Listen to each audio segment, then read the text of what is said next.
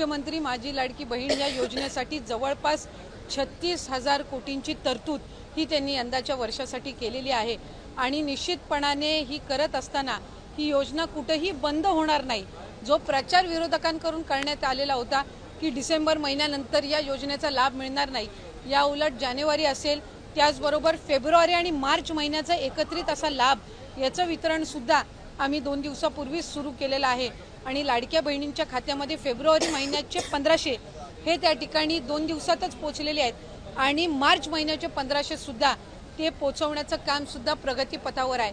त्याच्यामुळे ही योजना ही महायुतीच्या सरकारची महत्त्वाकांक्षी योजना जी मुख्यमंत्री देवेंद्रजी फडणवीस साहेब, उपमुख्यमंत्री एकनाथजी शिंदे साहेब आणि उपमुख्यमंत्री अजितदादा यांच्या नेतृत्वाखाली अशाच पद्धतीने कार्यरत राहणार आहे आणि तेच आपल्याला आजच्या अर्थसंकल्पातून पाहायला मिळालं। स्पेसिफिक प्रश्न आहे की 1,500 रुपये की 2100 रुपये नेमकं महिलांना किती रुपये मिळणार आहेत या लाडकी बहीण योजनेच्या माध्यमातून? कारण विधानसभेपूर्वी आपला जो जाहीरनामा होता त्याच्यामध्ये 2100चा उल्लेख होता, त्यामुळे स्पेसिफिक प्रश्न मला आपल्याला आवर्जून त्यानिमित्ताने आणि आपल्या माध्यमातून सर्व आमच्या लाडक्या बहिणींना त्या ठिकाणी सांगायचे की राज्याचे मुख्यमंत्री देवेंद्रजी फडणवीस साहेब आणि आमचे दोन्हीही उपमुख्यमंत्री असतील, मंत्रिमंडळातील सर्व आम्ही त्या ठिकाणी मंत्री महोदय असो, आम्ही सगळ्यांनी सुरुवातीपासूनच ही योजना अधिकाधिक यशस्वी पद्धतीने राबवण्याचा प्रयत्न हा केलेला आहे। पुढेही आम्ही त्याच पद्धतीने हा प्रयत्न करत राहणार।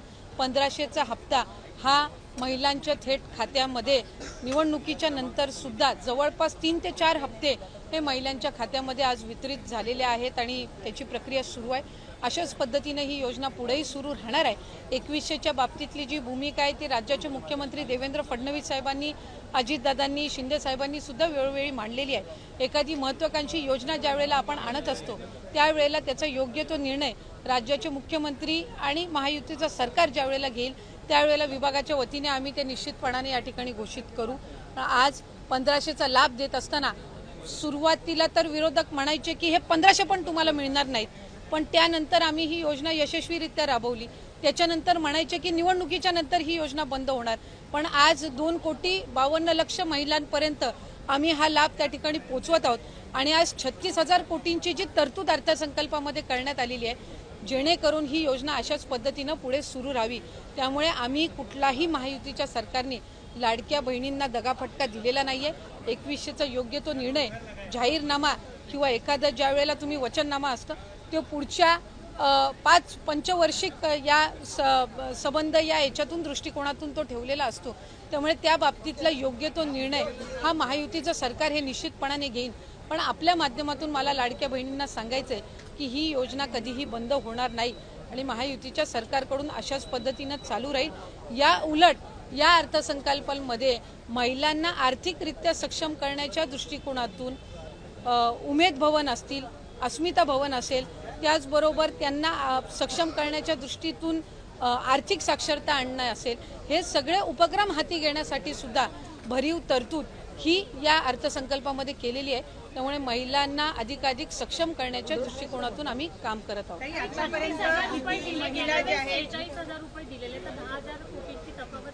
आपल्या माहितीसाठी मला सांगायचंय की मार्च महिन्यापर्यंतचा जो हप्ता आहे तो अर्थसंकल्पाच्या आधीच वितरित झालेला आहे आणि ही जी तरतूद आहे ही पुढच्या महिन्यांपर्यंत आहे।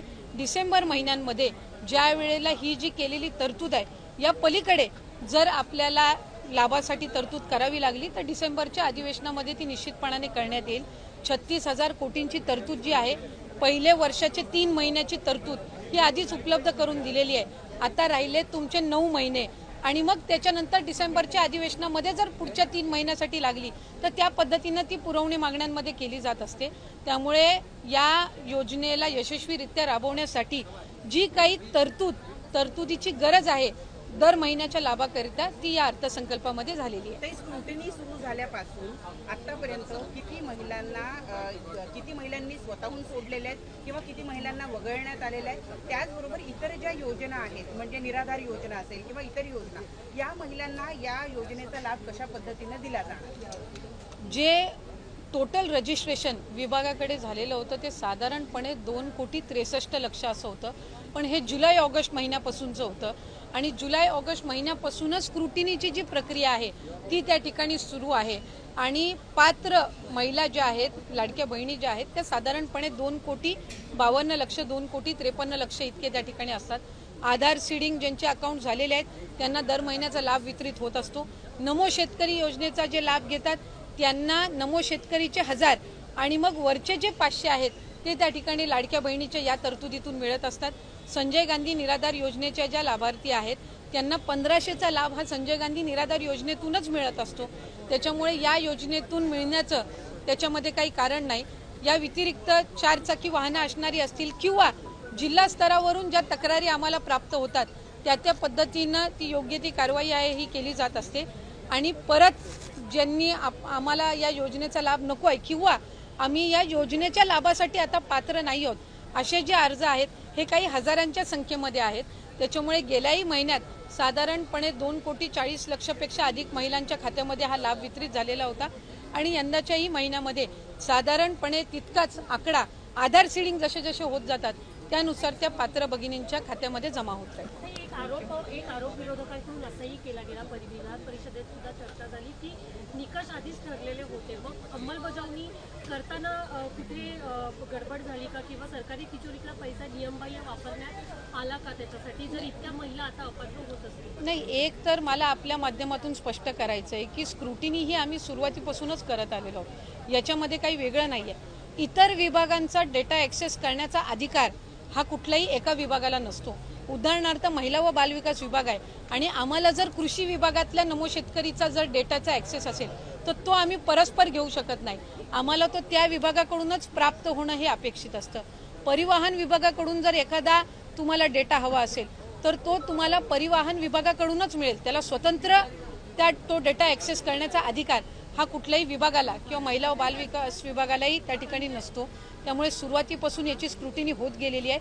मूळ 2,63,00,000पेक्षा अधिक रजिस्ट्रेशन झालेलं होतं आणि सुरुवातीपासूनच जर आपण बघितलं तर लाभार्थ्यांची संख्या ही 2,40,00,000 किंवा 2,50,00,000 2,52,00,000 इतकी राहिलेली आहे. याचा अर्थ असा की स्क्रुटिनीची प्रोसिजर सुरुवातीपासून चाललेली आहे.